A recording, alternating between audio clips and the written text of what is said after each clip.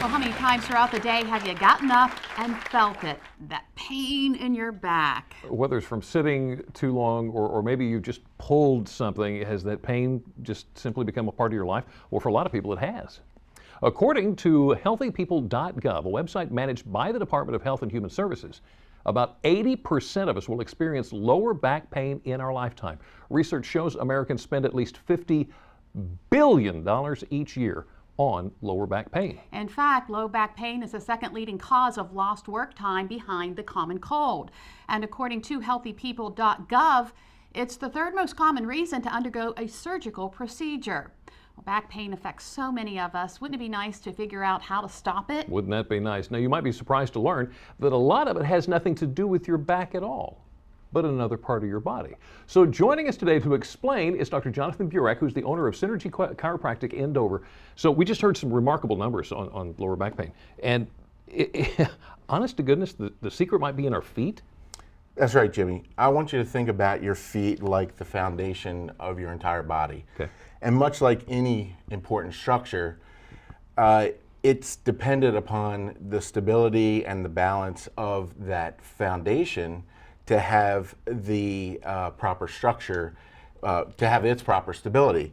So oftentimes when people come in to my office with low back pain, one of the first things I look at is their foundation, their feet. Now, speaking of looking at the foundation, we're going to look at Jimmy's right here. Here's a first for Delmarva Life. Jimmy is barefoot. He's doing, wow. I would like to know who called for this shot. Can we? His foundation. And it's your arches that really support you, right? And that's what can cause the pain? Right.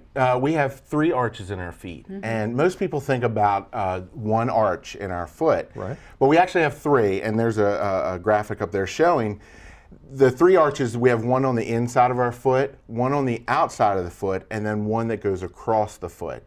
And those 3 arches are crucial in their own way for the stability of our body.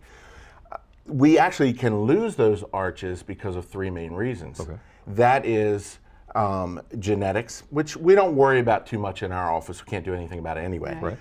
Also being overweight, and then age.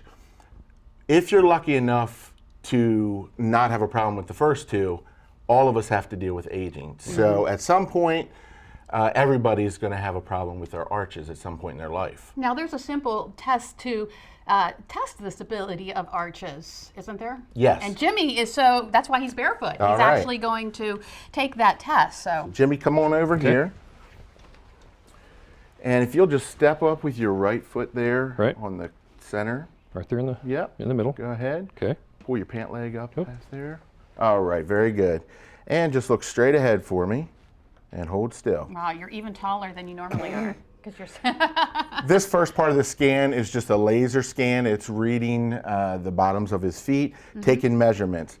The second portion of that is just capturing an image of the bottom of his foot, and that's used for comparison by foot levelers to create a custom orthotic. Oh, okay. And it's just Foot about levelers. done.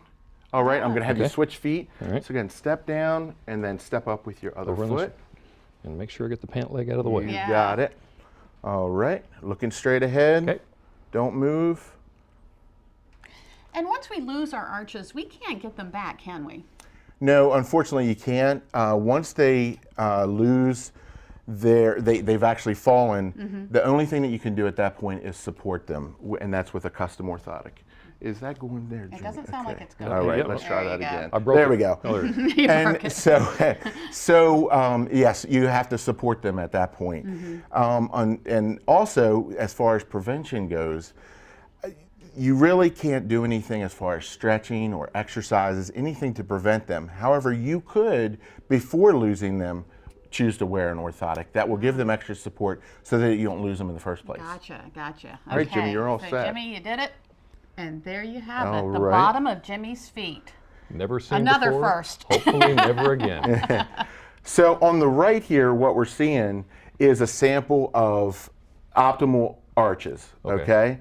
On the left side of the screen here is Jimmy's actual scan.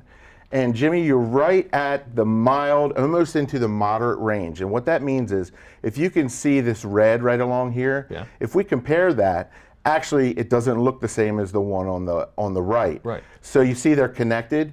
That means that arch has dropped. You're putting more pressure on there. That's what the red means. Okay. And so there's a definite need for orthotics in this example because it's not the optimum. Right. So you would need it. And what tends to happen with the feet, and in this situation, as your arches fall, your feet will roll in. And as they roll in, your knee will actually go with that. Right.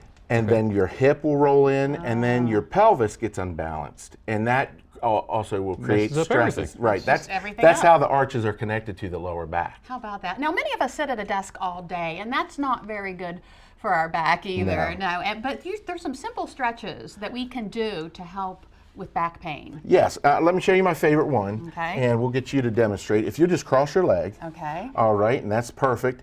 And then what you're going to do is you're going to lean forward a little bit until you feel a little pull in the back of your thigh. You feel that? I feel it. What is this? So you're going to hold, this is called the piriformis stretch, Okay. and it's the most common area once from sitting. So you would hold this for about 30 seconds.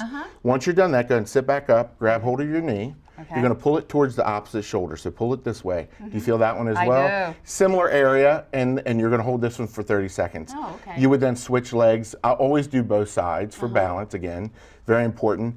And so this is an excellent stretch that you can do sitting right at your desk, not making a spectacle of yourself by laying around in the office trying to do crazy stretches. So if we're sitting too much, I mean, can we know, will our body say something to us like, get up?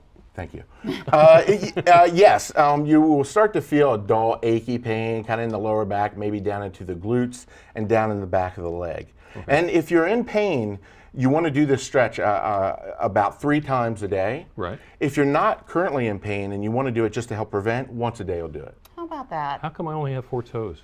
That's You're not for putting another pressure. day. You're not putting pressure on the pinky toe. Oh, okay, so I've got There you 5, go. it's okay. Yeah. It's there. I see it. All right. Well, thank you so much. You're Very welcome. good information. Thank you. Great stuff. And it was nice seeing the bottom of your feet. Not really. No. If you want to read more about Synergy Chiropractic, go to delmarvalife.com and click on the show tab. Got to tell you though, I looked twice just to make sure I had 5 toes. From your feet to your kids' eyesight, you want to make sure they can see everything clearly. How often you should be getting them to the eye doctor? That answer just might surprise you. Plus, if you have your eyes on learning to hammer iron, we've got a treat for you. How a group right here on Delmarva is trying to get more people involved in this ancient craft. But first, we just learned about our feet. Now let's talk nails. Here's Dr. Oz. If you're one of millions who suffer from psoriasis, those dry, red, itchy skin patches, you may also suffer from problems with your nails. Compared to a fungal nail infection, psoriatic nails look flakier and are softer. If you think you have them, ask your doctor to perform a biopsy. A variety of traditional psoriasis treatments can be tried, such as light therapy, topical or oral medications, and sometimes steroids.